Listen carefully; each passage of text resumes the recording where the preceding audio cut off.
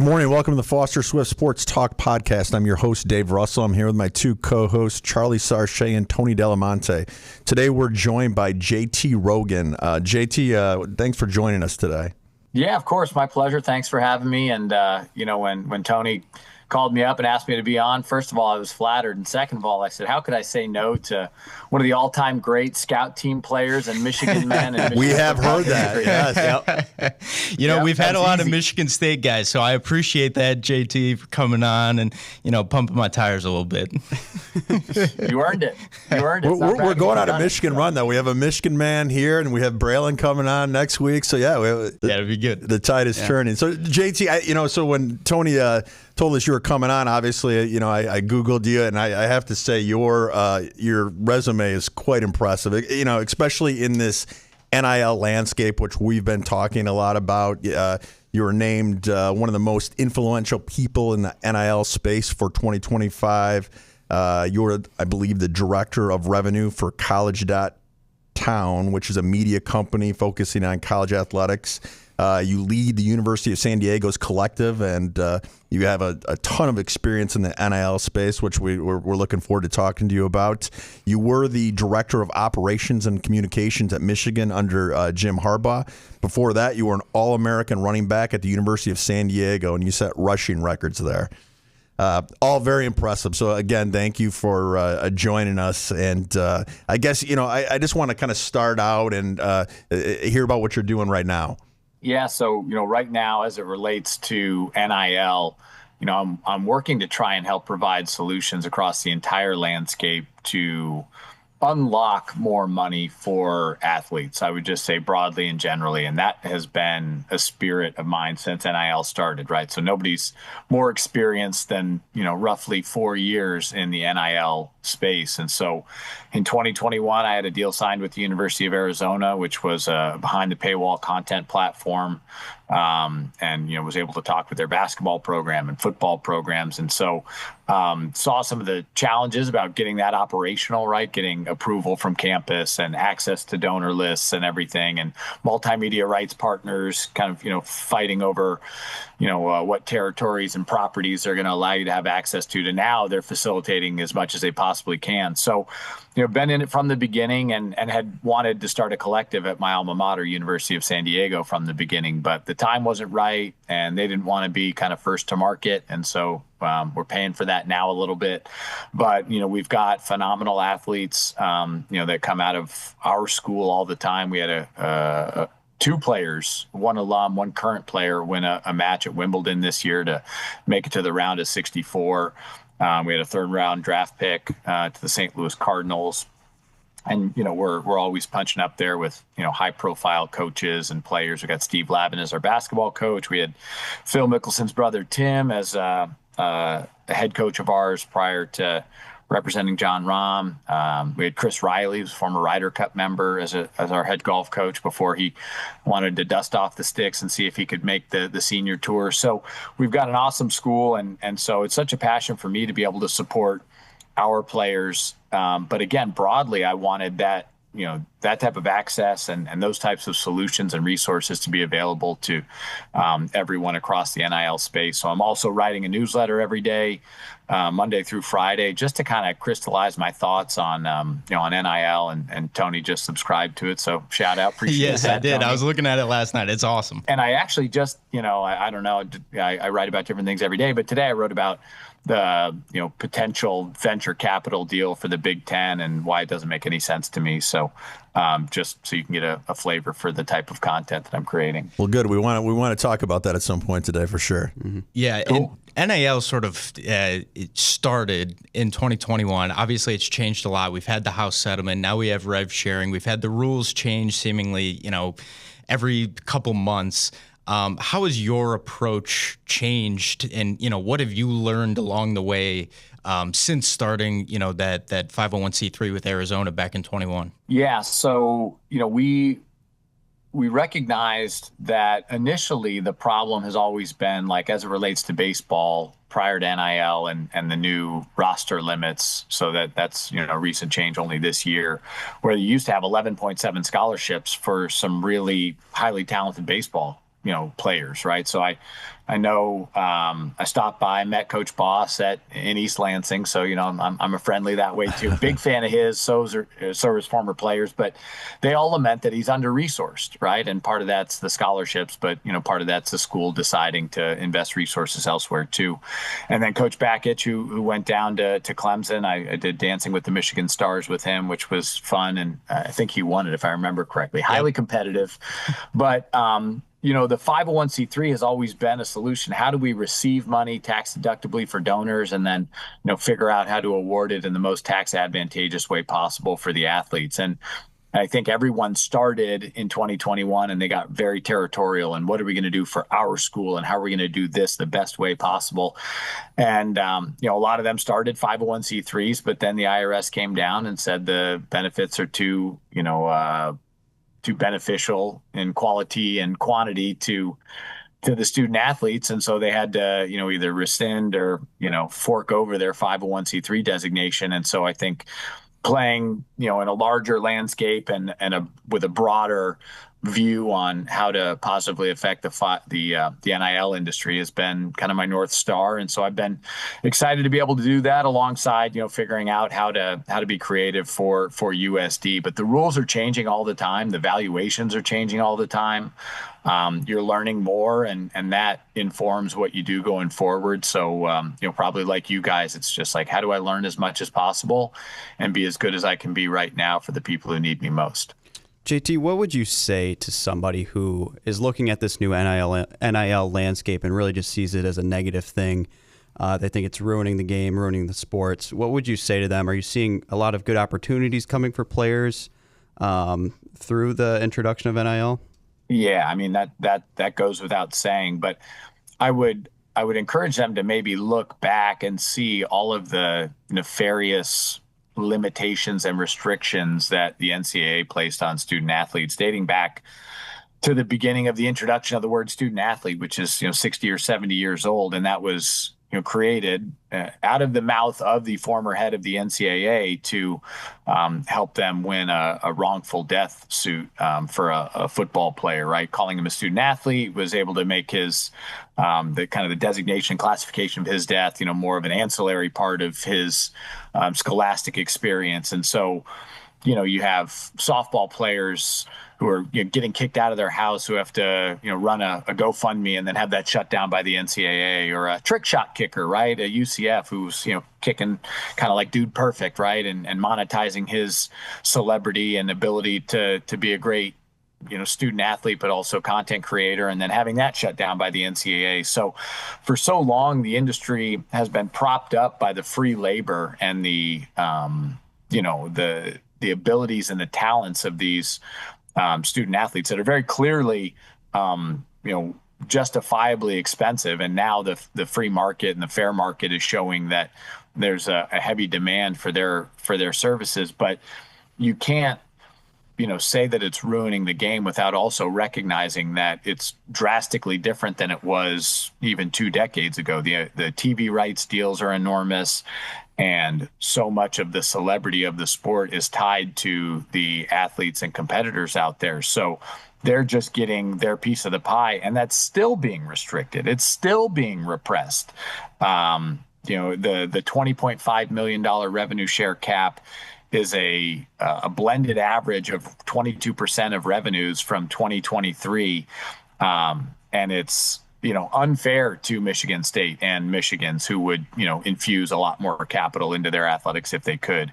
But that is all, again, suppressing the earning ability of, some of the peak athletes. I think if you let Michigan State spend as much money as they wanted on football and basketball, you get the Suns owner in there and start emptying the pockets, and you'd probably get a lot closer to 50 million than you would to 20 million. Right. But and so many other schools would be doing the same. So that is depressing the entire valuation of athletes across the NIL landscape unnecessarily and unfairly still. JT, did you get involved in the House case at all? And I'm curious to what your opinion on that ultimate settlement is. I think, for the most part, the majority of folks agree with you that athletes need compensation. I think more of the issue now seems to be some of the unintended consequences and how we actually make sure they're properly compensated without, ruining college sports. So I just kind of like to get your opinion on that. Yeah, I mean, I've taken pretty big exception to a couple of the legal elements of the House settlement. First of all, the way that athletes are receiving money now under the House settlement, international athletes are having their visa statuses compromised because it's effectively active revenue, not passive revenue, that they're generating now. So, there's an issue there. I also didn't love, no offense to present company, but the plaintiffs' attorneys, chipping off about $750 million for their time and talents. Sure you guys would sign up. Sure you would sign up for that payday. They were very motivated to get that settlement through. Well, and we had one of the Title IX attorneys on here, and that point was not lost on that group of objectors. So that's for sure. Yeah. Yeah, and then the Title IX issue, like I see it the same way. You've awarded even opportunity and equal resources mostly across men's and women's sports for over 50 years, with Title IX being in place, and then now you're arbitrarily awarding money to the programs that generate the most revenue mostly, and that doesn't seem fair or logical to me. So people thought it was the wild west before. Well, I don't know that it's any better now. It's like having bad outlaws and bad sheriffs, even worse than in the first place. It felt like a self-regulating, self-governing system previously, and it certainly wasn't perfect, and it won't ever be. But now there are some definitive wrongs and errors taking place in my mind. And I don't arrive at these conclusions on my own. I'm not smart enough to, but I read enough of the smart people, and I talk to enough people in the space to get a well-informed opinion. And, and that's where I stand on just a couple of those issues. On revenue sharing, I think the number $20.5 million gets tossed around a lot. Like every single school, Division I school across the entire country has that money to distribute, from broadcast and ticket sales to its athletes. Working with a smaller school in San Diego, is that the case? And I guess what are some of the challenges of working with a school that may not have the same broadcast revenue as a Big Ten school? Yeah, there's a lot, and I'll probably be all over the place here, so bear with me. But that $20.5 million is, in my mind, unfairly lowered by the offering of additional scholarships, of new scholarships. So, in the event that you wanted to take your scholarship limit for football from 85 to 105, as you're now allowed, or baseball from 11.7 to I think 34 it is now. That's going to draw down your rev share cap. Well, that's not fair to the highest earners or the people who disproportionately are going to be earning a larger share of that. So to me, that seems wildly unfair. USD, we've got a competitive advantage, a little bit like some of the Big East schools that don't have scholarship football programs, in that we're able to dedicate and focus more of our donor dollars, our resources, our time, effort, energy to men's basketball, to baseball, and to the other sports that aren't having to compete with football for revenue. But again, like the Big East schools, like the A10 schools, like we just went in our pockets and we decided that we're going to spend 50 times more money on NIL this year at the University of San Diego than we did last year. And again, Anthony, I use the term NIL interchangeably with with rev share and with all of the money kind of in the system, right? Because whether you're getting it from a multimedia rights deal, or you're actually getting rev share, or you're doing NIL on the side, or you have an NIL agency that's creating deals for you, it's all kind of the same pot. And so right now we've got baseline of about $2 million for our basketball program that only won 6 games last year. Thanks be to Jesus, Mary, and Joseph that we decided to spend a couple shekels and fund our basketball program at a competitive level. In terms of collectives, what is the role of collectives in today's world, where we can now distribute funds directly from an athletic department? It's coming from the school. I think collectives are still out there and functioning, and I think you're involved with a lot of those. But how has that sort of shift happened from where we were even just a year ago, where we were signing deals with athletes were signing deals with collectives? Yeah, I think each school's collective is going to have a different role, and I don't know a ton about other collectives. I'm talking with the University of Tennessee's collective tomorrow, so I'll find out more about another Power Four, and they're maybe the best or certainly one of the best. I look at Champion Circle at University of Michigan because I know Jared Wangler well. I saw him earlier this month in Las Vegas for an NIL conference, and he built something great there and is actually finding deals and is actually doing true NIL for the athletes, which is awesome. But for me, for my role at USD is like, how do we support the programs in a way that the university can't, right? So the university is not allowed to give money to students who aren't matriculated or on campus, practicing until after they've graduated their senior year of high school or once they're enrolled, after leaving their prior institution. So how do we fill that gap? And then at USD, we don't have scholarship football, and in their infinite wisdom, the Pioneer Football League has decided that no rev share will happen for their non-scholarship football programs. So we also fill that gap. And, in the event that a brand does want to do a deal, well, what are they going to do? Go to the school, and then is the school going to pay it out as a rev share payment? Like, they're not necessarily as well equipped for that. That's, again, another place where we can fill in.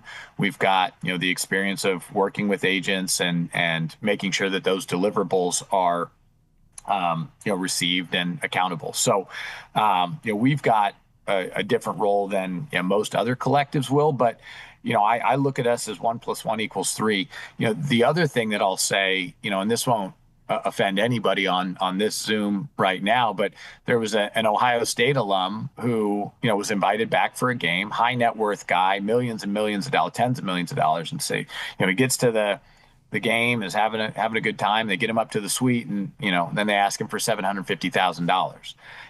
And that is not an isolated experience. There are several millionaires and billionaires who are rubbed the wrong way by low intellect, low talent, low capability development officers, or a university who just can't get their ducks in a row and be on the same page about how to talk to their donors. So the collective is very loudly signaling, hey, we care about athletes, we care about athletics. You don't have to deal with some of the nonsense that maybe the university has put you through in the past. And I can speak personally at the University of San Diego, we've unlocked money through our collective that was basically unattainable for the university from 2 billionaire donors, right? So we feel like we're just at the cutting edge of this thing. I think the more we're able to show the results and support the athletes and the athletics programs, the more we're going to be able to engage those high capacity donors too. What has your experience been getting deals approved? Nightmare. I mean, just absolute nightmare. And I've almost opted out of it. It's like, unsubscribe, please remove me from this mailing list. We had the conference pitcher of the year in the West Coast Conference, Cal Scolari, wanted a deal, tiny deal, $1,200, works with Scott Boris's agency. I think I have the particulars right because, we had a couple players receiving the same deal. We're just trying to get his Cape Cod, housing covered, right? Like, silly that, somebody who's got the potential to be draft eligible and to earn tons of money that's got to go through this rigmarole of $1,200 deal. Anyhow, Scott Boris's agency takes a little bit to get the contract back to us. We, accept the red lines, sure, send it, through NIL Go. Before July 1st, even, like, we're just trying to operate out of an abundance of caution to be like, the services and the payments all going to happen before July 1. We just, we want to be in compliance with this new novel, revolutionary technology, and drag their feet. He ends up transferring before they even approve the thing. Oh my God. Spoiler alert, they don't actually approve it. They decline it. And so, it was a paper cut in something that probably had nothing to do with his transferring because he was paid handsomely, I'm sure, to take his talents elsewhere. But, they're not part of the solution. They're part of the problem. They're misreporting data on deal flow and deal approval. And so much of it is flying in the face and is counter to what they were proposed to be. I heard the head of CSC was going to be, this risk averse, very measured person. And I guess it's maybe not up to him to run, and somebody else is telling him what to do and how to do it, because The people who were his contemporaries, Brian Seeley, the people who worked with him previously, are like, oh, yeah, he's a great guy, sharp guy, very measured, very calculated, gonna run a great organization there. And then it's just mostly been haste and waste to this point for me, and very frustrating. And my experience is not isolated. It's pretty similar across the board, which unfortunately is then introducing the bagmen and the illegal, payments through, just alternative means that are not NIL Go approved, which felt like it was avoidable. What was their reasoning for rejecting the $1,200 deal? I don't remember. I mean, this was 4 months ago, but I think it had something to do with our not enough valid business purpose because of our role as a collective, which was something that was then walked back a couple weeks later. Yeah, so it was all just farce and a tragic comedy that wasn't so funny for me on the receiving end of it. So is the CSC wanting the deals to be done directly between a player and then the organization or the business that's going to be paying them, so that they're having a problem with you guys as a collective coming in and facilitating that deal? They've changed their governance on how they want it done. They've focused on fair market value and valid business purpose. And they were initially saying that if we wanted to get somebody to sign autographs and pay them for it, and then we would use those autograph items to solicit more donations for our collective, that they didn't see that as a valid business purpose. But again, they were kind of tapped on the shoulder by the plaintiff's attorneys in the House settlement and said, yeah, you guys are not, the judge, jury, and executioner here. We're actually going to step in and let you know what can and can't be done. So they've softened their stance that way. But, that was the initial, understanding that ultimately led to the CSC denying our deal in the first place. So is there a risk with collectives that are 501c3s that don't have that necessarily, profit purpose, you're tax exempt?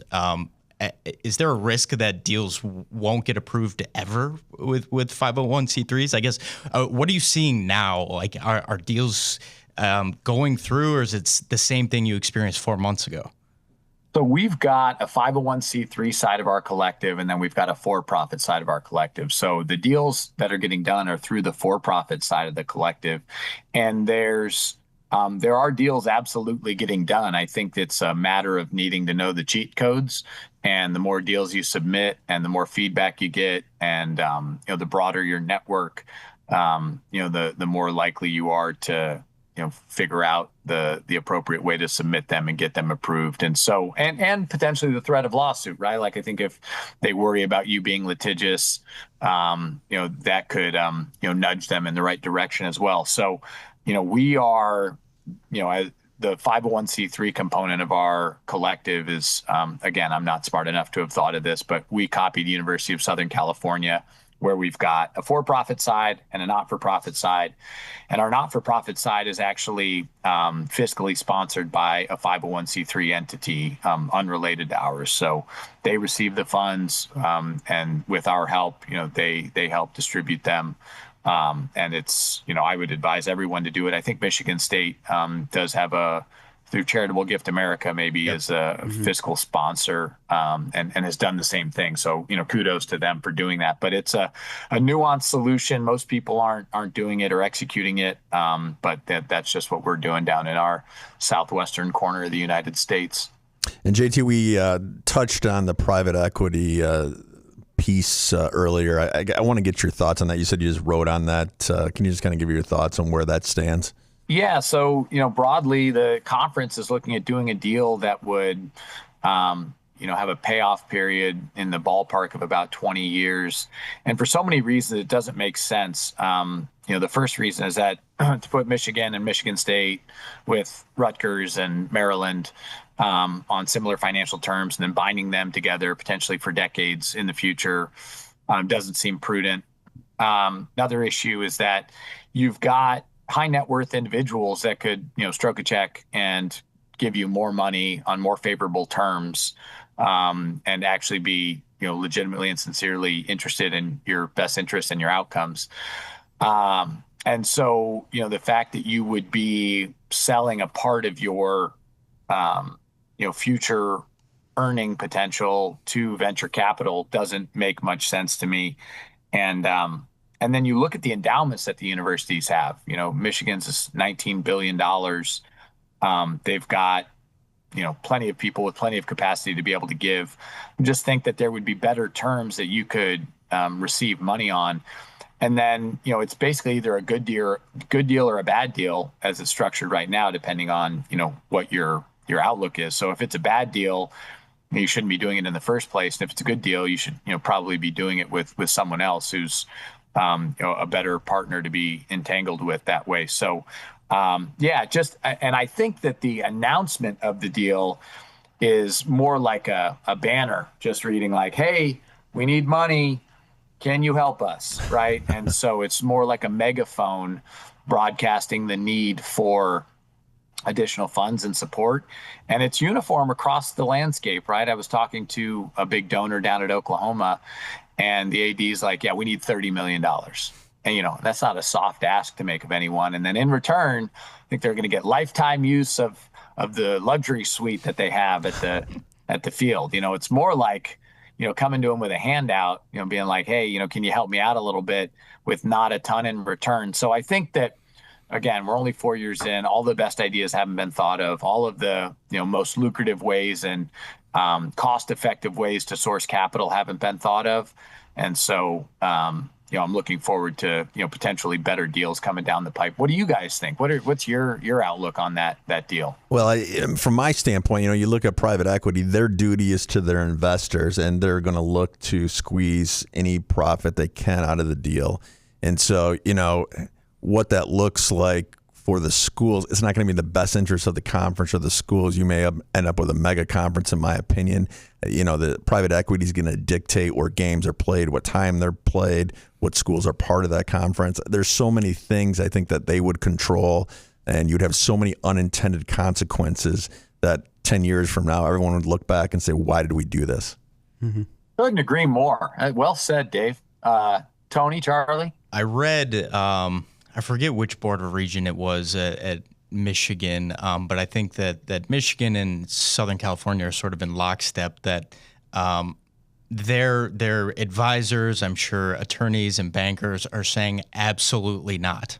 Do not do this. This is a short-term solution that will not pay out in the long term. And so it seems like they are trying to fight, the broader conference's push here. But I agree with Dave. I think it's a short-term solution. I think there's a lot of other ways to source capital. There are a lot of people that love college football. There's a lot of high net worth individuals at these schools that are interested, or other businesses that, like you said, could get better terms. So I agree. I think it's a bad idea. Well, plus these presidents that would make this deal, that would vote to approve it, they'll be gone when the unintended consequences. They're not going to even be there. Yeah. Yeah. No, I pretty much agree with Dave and everything he said. The mega conference thing really scares me, especially with the conference mergers that are already going on. I just don't like the sound of that. And then I feel like it might present some conflicts of interest as well, like how we're seeing with private equity in NFL teams, like Tom Brady, buying a piece of the Raiders, and then, him having access to other teams still. And as a broadcaster, I feel like that might present some issues as well. Well, what if private equity comes in and, let's say they merge the conference, but they decide a school like Purdue isn't profitable enough, and they decide, okay, they're not going to be in this conference anymore. Mm-hmm. They're going to have the power. They may have 20% of the deal, but they're going to have 70% of the decision making. And as you think about conferences like, the Big Ten, being 49% owned by Fox, I think I have the number right. Like, they're deciding who's coming into that conference, right? Like, they've got a voice in that argument. So it's a little bit like private equity that way, where these conference television stations and networks, had other investors who were like, yeah, we'll take Oregon and Washington, but Oregon State and Washington State, not so much. Exactly. And it's not like they don't have other revenue sources. I look at these new multimedia rights deals, like JMI Sports just signed one with Kentucky, 15 years, $465 million. Like, Nike and especially Adidas are coming to the table with a lot of money for their apparel partners. Where there's a will, there's a way. So you're seeing that more and more. I think the thing from just a public opinion perspective too is that when you see the big college football coach buyouts of 50, 60, 70 million dollars, and then in the same breath, the school is asking for money from donors, they need more NIL help. I think just from an average fan's perspective, they're like, what's going on here? Something doesn't match up. Tony, do you remember the 2014 Michigan Wolverine football team? I do very well. That wasn't a largely successful team, even though the players and the talent, phenomenal. I mean, how much, in retrospect, would you have paid Jim Harbaugh to 1 decade later have helped to win a national championship and to restore Michigan football to what it always, aspires to be? You couldn't have paid him enough. No. You'd have paid him quadruple. You'd have said, $30 million a year for 10 years. We have to pay $300 million to win our first national championship in a few decades. Like, sign me up. So, the allure of that is what fuels the buyouts. And then the buyouts aren't, lump sum payments. It's not like a lottery where you're, cashing in all that. There are offsets. There are installments, right? I think if you were to look at, I heard that James Franklin's buyout is like, $5 million a year for, however many years. And then again, if he goes and coaches somewhere else, there might be offset language that, his new school will pay down, some element of that buyout. So I think people get sticker shock and they only know a fraction of the information. But yeah, if you were to look at it from a macro perspective and say, what's the economic impact on the university community of winning a national championship? I mean, how much new money and donations came in? How much merchandise was sold? How much did ticket prices rise? What was the visibility, the earned media value of all the things that were, it's incredible. I don't know the economic impact of winning a national championship or having a successful football program, but when you see the University of Iowa pausing their game to wave up at a hospital, you then think about, okay, what's the impact on the health system, right? The broader university landscape and the impact that football, and then in some communities basketball as well, has on the economic, outcome of the university is really, can't be overstated. I think one of the issues is from a public relations standpoint, from the typical fan, you hear, like Tony mentioned, the buyouts, and then like we talked about the private equity. So people are hearing about that. And at the same time, you hear yesterday or the day before that G League players from the NBA are now going to be eligible to play after within a 5-year period in college basketball. I think there has to be some answer to, okay, what are the restrictions? I mean, do we have unlimited years of amateurism, or they can play in college as long as they want? There has to be. And so how do we get there? What's the answer to that? JT, I think you could go back and play. Yeah. I played 6 years, before playing 6 years was cool, and a tight end played at Miami for 9 years. So my body, what my mind's telling me no, but my body's telling me yes. I'm the opposite. That was bump and grind. That's a good reference. Yeah. So, but Dave, the issue that you mentioned, the coach buyouts, these are being negotiated by universities with billions of dollars in endowment, with highly paid leadership. Whatever the market will bear, there's probably some free market, economics taking place right there. Now, where it relates to the athletes is you've got an inept entity in the NCAA trying to figure out what's most prudent for its future. The two most recent, the G League permission. I talked to a Santa Clara coach who they signed the first one, and then this most recent one is going to Louisville, enrolling in the middle of the year, and then going to have 2 years of eligibility. I expect that he'll make more in college than he did in the G League, but the NCAA is just in self-preservation mode. Whatever's going to, they spent over $60 million in legal fees last year. It's going to be a lot more than that this year, because everybody and their brother, mother, and sister are taking them to court over, eligibility. And mostly what you're finding is, like Diego Pavia, if you've got the earning ability to justify another year of eligibility, the courts are not so keen to step in the way of earning potential. It's anti-competitive. There's a precedent set that way. When you start looking into, low major athletes trying to get additional years of eligibility, there's a little bit more friction in that. But internationals have been coming over to the U.S. after having played professionally and have been playing in our system for a little bit. So now it's getting more broadly, accepted, and you see the hockey changes too. They're now allowing, a little bit more income to be earned, necessary and permissible expenses. I don't remember the exact phrasing that the NCAA is using, but I mean, they're mostly relenting on all of the rules and opinions, except for the ones that don't matter. But then now allowing gambling, right? And just follow the money, right? So they don't want to be dealing with lawsuits. They probably want to welcome DraftKings or FanDuel or Prize Picks or Underdog or any of these one-day fantasy sports into the NCAA, if not now, then eventually. But then also the data that they can sell to these companies who have more offerings, right? It's all just a money play.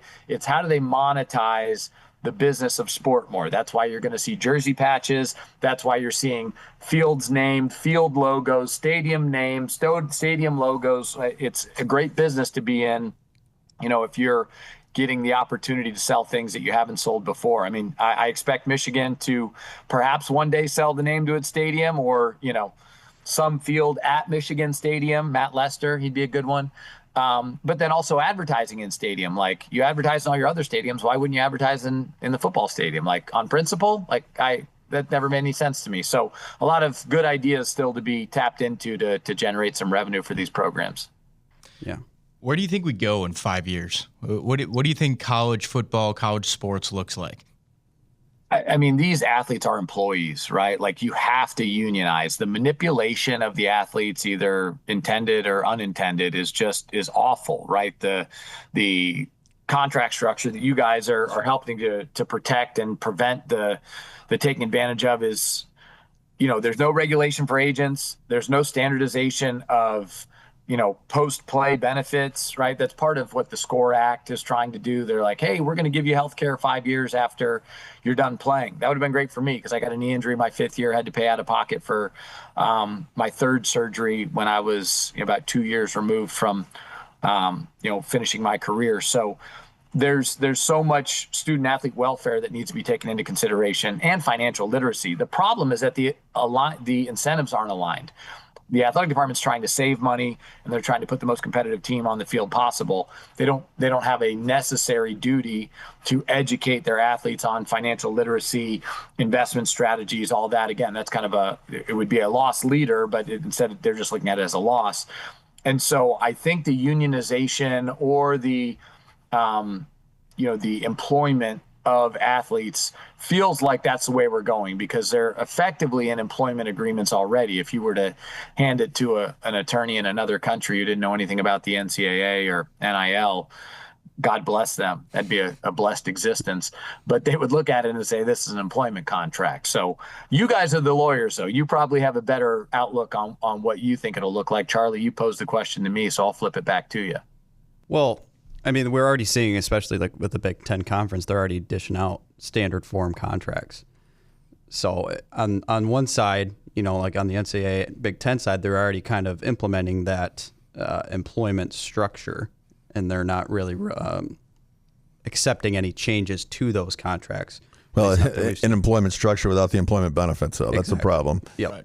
And you don't need to buy the milk or buy the cow when you get the milk for free. Well, right? exactly. And I think you're exactly right, JT. If you took the IRS standard of, their 3-prong, whatever, to decide if someone's an employee, and you take a college athlete and you look at whether they employ, I'm pretty sure the IRS would say they're an employee. I agree.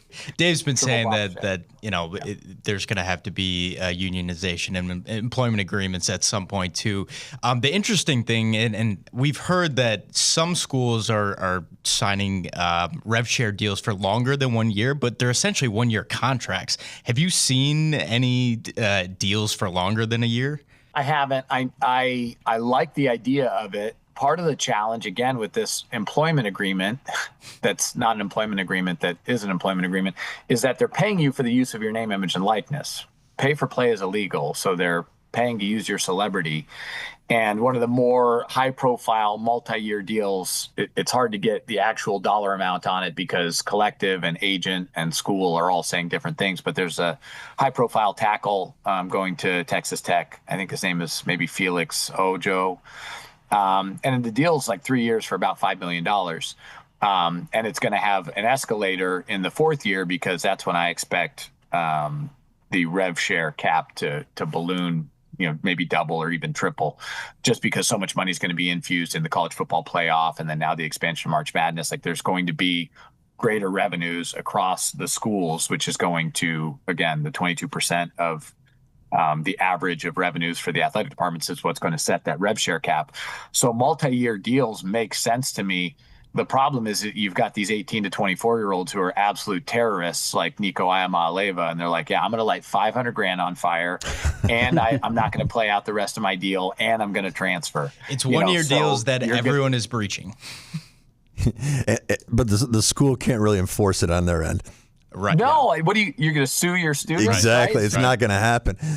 No, 100%. I mean, when you talk to, and I talk to general managers from, Power 5 universities, they want collective bargaining. I mean, if you'd have said 10 years ago, a university, someone in the football program is going to want collective bargaining, they'd have said no way. But they're getting to the point where they're going to start begging for it because eventually the wrong decision from a court's going to come down that's going to be really detrimental, and then it's too late. Yeah, and another issue for me with the rev share cap right now, sorry to come back to this, but there's so many issues, is that the escalator is like 3 to 4% a year until year 4 when they recalculate it. Meanwhile, like the NFL is rising at like 10% a year. So another, comparable where professional entities that are, having to deal with revenue shares and salary caps and such, like we chose the most deficient, most restrictive model to give to the people who need it the most, right? And again, if you're moving from, a low income neighborhood across the country to your future home, like not a great start to try and move from, the Nickerson Gardens housing projects in Los Angeles to the University of Michigan to be a contributor your freshman year as a 5-star player when, you don't have a nickel to your name and you've got to struggle just to get there. You're entitled to the money. You're signing a rev share agreement, but current NCAA rules don't allow you to collect payment again until you're on campus. It's, just this charade of rules that don't make sense and that don't follow logically. Well, JT, another question that we've seen go unanswered in a lot of these contracts is that injuries aren't addressed. What happens in the case of an injury? Obviously, the schools don't want to pay, but the athletes want to keep being paid. So that's just another thing that we've run into. Yeah, the insurance industry is fascinating at this point. You can buy any number of different insurance instruments to protect against loss of draft value or loss of performance. I mean, I was on a Zoom with an insurance company talking about like, oh, if they don't play in half the games, you can get payments for each game that they don't play. Like, so the schools are able to protect and fortify themselves against that. But what's also being done on the other side of the insurance realm is performance incentives. They say you can't do pay for play. I'm here to tell you, people are doing it all the time. I've gotten quotes on if they average 5 assists a game, if they're all conference, because it's just a different instrument that's permissible, that's been in coach contracts all the time. That's another issue. We're treating coaches one way, and they can go to 3 schools in 2 years and it's fine, like Willie Taggart did. But if a player goes to 3 schools in 2 years, they're jumping all over the place. They don't have a home, or they're what are these kids doing? We got to restrict the portal. Now we've got 1 portal season, not 2. But again, just to make the farce complete, your student athletes, you don't even have to be in the transfer portal if you want to transfer. You're a student. You finish your spring semester, you decide to transfer to school B in the future, and you go there. The problem is they're not going to have money earmarked for you or knowing that you're coming necessarily, and then it's kind of a game of liar's poker. Are you actually coming? Do they keep that budget available for you? But it's all just part of the nonsense of the environment that we live in, and everybody's saying that it's ruining NIL and the transfer portal are ruining college sports. What if it's actually just the enforcement and the implementation that's ruining college sports, right? I think there's a better way out there. I can't reveal too much, but I'm working on trying to be part of the solution for the transfer portal, right? Like, what if we all knew the contact information and the abilities and the talents and the health of these players, and we could all evaluate them fairly and objectively? That would be like really good. Not only that, this is where the NCAA starts to get interested. They could benefit and profit from it. You could monetize something like that. So all the best ideas haven't been thought of, and maybe not even all the best thinkers have been tasked with thinking about them. Again, Charlie Baker, career politician, not a career business person, right? So the leader of the NCAA, Charlie Baker, has been just trying to get NCAA antitrust exemption. That's been the focus and mission of his work and his labor. So, we haven't got Elon Musk on the task quite yet. So on the transfer portal real quick, we've had the D zone, which is focused on, Michigan high school athletes here. We've talked to the MHSAA director in Michigan. And we've talked internally that I feel bad for high school recruits. Obviously your 5 stars are going to be just fine, but some of those fringe guys, if you're talking to a general manager at a school, you're going to look at the portal first because, you've got someone who's playing, who's proven that, they can compete in Division I athletics, or maybe it's even Division II. What's your experience been talking to, leaders around schools, parents, athletes? Is there a concern that high schoolers are having to look at alternate routes and then maybe transfer in the future? What's your experience been there? Yeah, so I helped to start a recruiting platform. It didn't really start up, but it was a startup.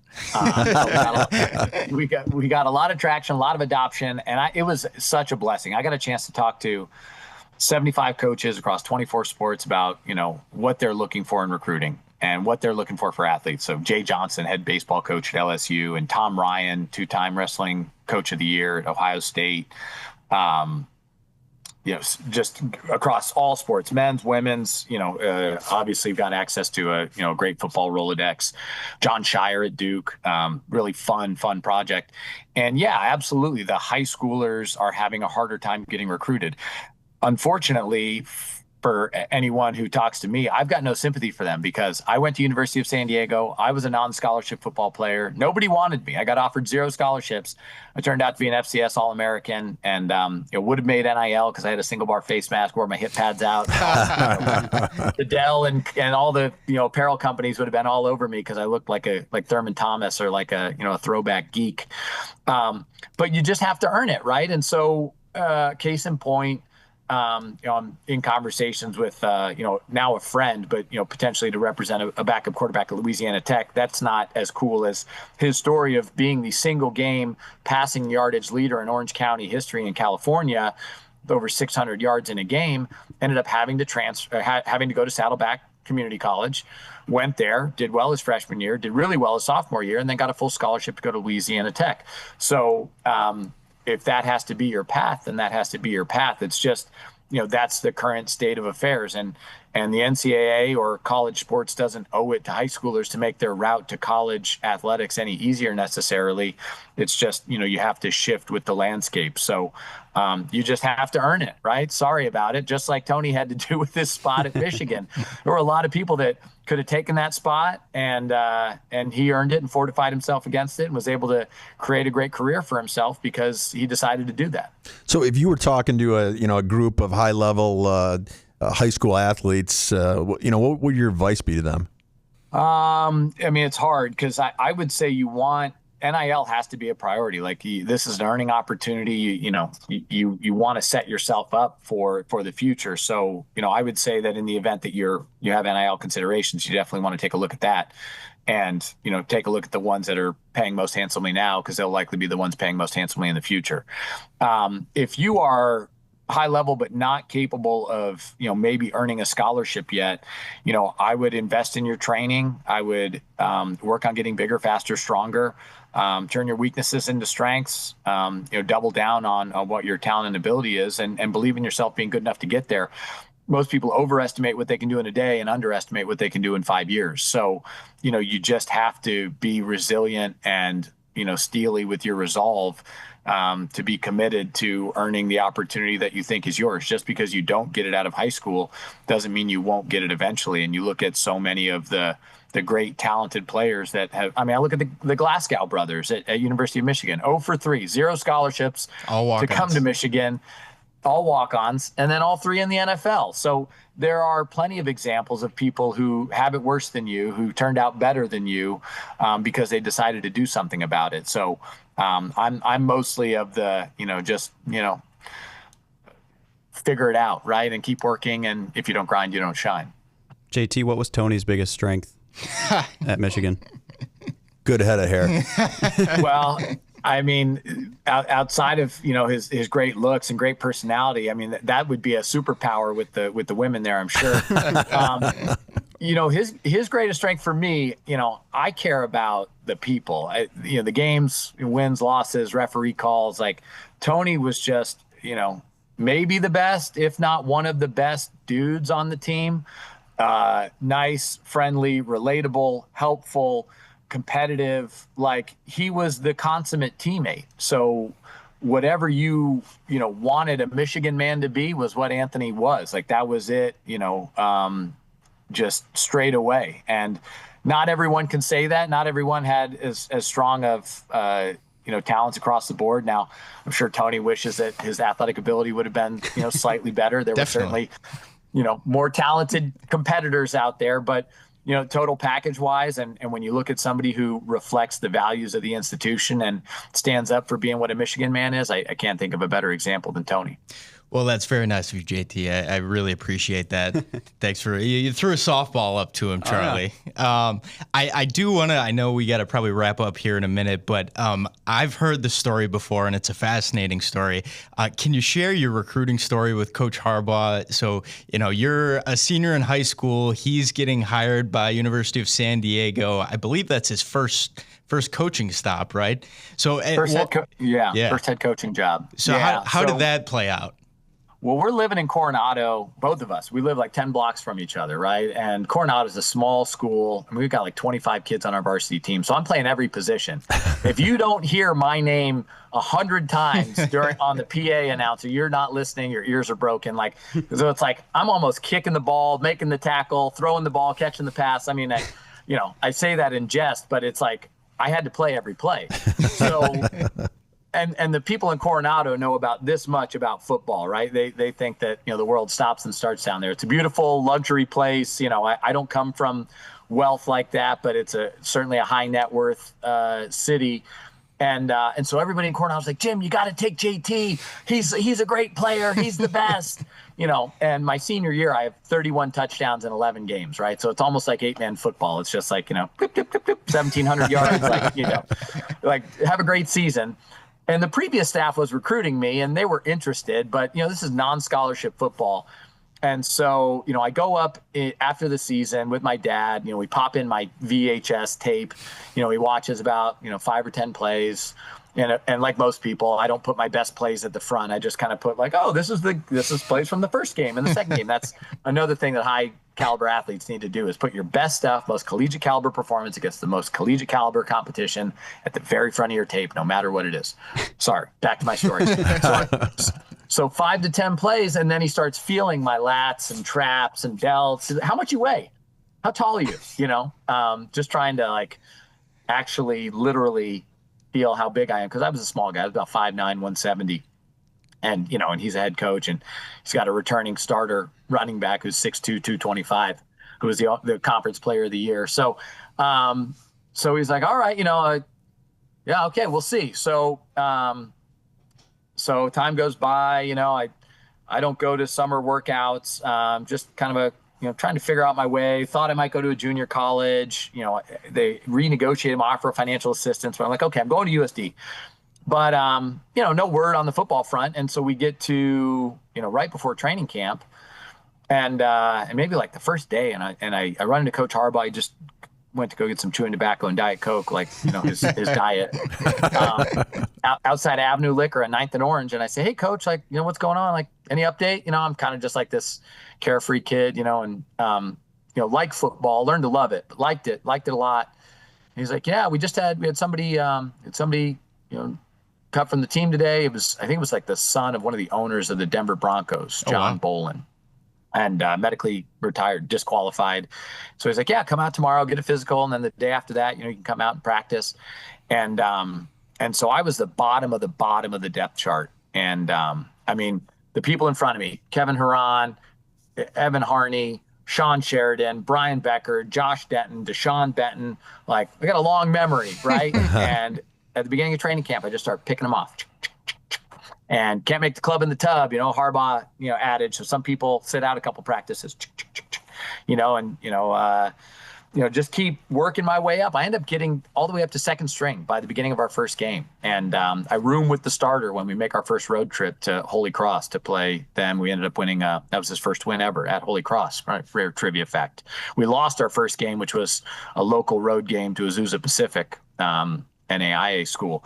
So, I end up redshirting that year. Need to get bigger, need to get stronger, faster, need to, kind of find my love for football the way I can love it, like Jim Harbaugh loves football, not the way that most people love football. And then go on to become the all-time leading rusher, all-time leading scorer. Met my wife my very last year there. Worked for Coach Harbaugh at Stanford, at Michigan. He gave me a tryout with the Niners. Nobody wanted a white running back who was 5'10" with a history of knee injuries. So, Tony, you probably could have gotten a try. You probably still can with the Chargers if you want. I've got But a tryout's pretty cool with the Niners. Yeah, it was great. Colin Kaepernick was out there watching it. It was the whole staff there who I had actually worked with a lot of them at Stanford. So it's kind of bizarre to be like peers and contemporaries as much as a 24-year-old know-nothing college coach can be on the same field with Jim Harbaugh and Vic Fangio and say they know something about football.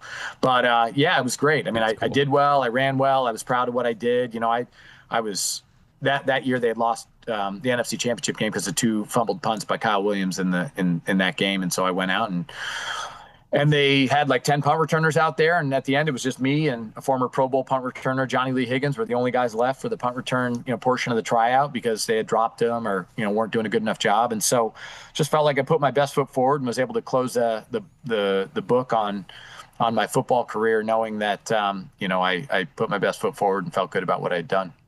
That's awesome. Yeah. It's such a cool background. Appreciate you jumping on. Last question. You guys might have one too.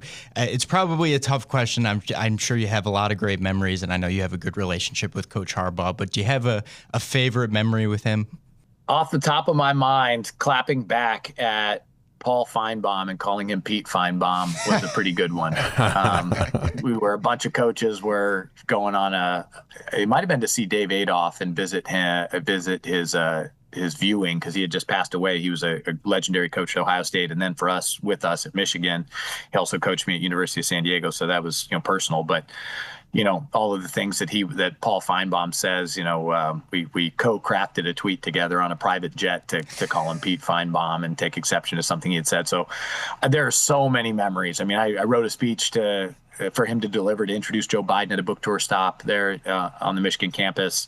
Meeting Tom Brady was awesome. But I saw Coach Harbaugh. We had him back. And sorry for continuing to stretch out and to have this be Michigan focused, not Michigan State. I love it. If I knew more Michigan State people. But we had him back at USD for training camp practices for the Chargers in July. And I said, hey, coach, we're going to do a reunion this year. I'm making sure that we're good. We're locked in. It's a 20-year reunion of our 2005 PFL championship team, his first championship. And he's like, yeah, we're doing it. We're locked in. So we had it. It was great. It was a blast. We had over half the players from that team back for it. It was great. I said, well, can we do it again next year? I'm just looking ahead. Can we plan 2006? He's like, absolutely. I'm like, well, and I was a part of the 2010 staff, that won the Orange Bowl, finished 4th in the country. Can we do a 2030 Stanford reunion? He's like, hell yeah. And then he's like, and then what about the 2044 Michigan reunion? And I'm like, 20-year reunion for them? I think I'll work on that, But he's great. We talk all the time. We connect. I tried to help Ben St. Just, a former Michigan man, land with the Chargers. I keep in touch with Ben and his brother Noah regularly, and so I'm just behind the scenes, always trying to positively affect the Michigan ecosystem as much as I can, despite being 3 time zones away. Yeah, I love it. JT, real quick, just score prediction for Saturday. Oh man. Real quick, I just want to say you guys are outstanding hosts. I love the way that you guys don't overlap. Sometimes it's tough to have 4 people on a podcast together, but you guys are incredible hosts that way. And I don't know if people give you feedback that way. I hosted a podcast with Coach Harbaugh and his dad. I know how challenging it can be, but you guys are super buttoned up and do an awesome job. So I just want to give you your roses that way. You've got Michigan favored by 14.5. I think the defense shows up. The run game plays well. It's a conservative, 24 to 17 victory for the Wolverines. Okay. I like it. Well, JT, thanks so much for coming on. I guess one last thing: how can folks follow your articles and you on social media? Yeah, I'm on Twitter at JTE Rogan, James Tyler Elliott. My mom gave me 2 middle names to make my life just slightly more complicated. My phone number is the same since 1998 when the Padres last went to a World Series. The one after they lost to the Tigers. Shout out Detroit. 619-549-7990. If you need me for anything, I'm infinitely accessible. It's probably, not so great that I'm so attainable, but Tony reached out to me, hadn't talked to him in a decade, said, "You want to come on the podcast?" I said, "Heck yes." And then I went down a rabbit hole looking at past guests and all the stuff you guys are doing. I'm flattered to be on with you. I look forward to hopefully being able to work with you in a business capacity. And I'm excited to be among the list of guests that you've had, because this is a great gig you guys got going. So thank you. Thank you, JT. Awesome. Appreciate it. Great information. And we hope to have you back on as well. And we look forward to working with you in the future. Thanks, guys. Thank you.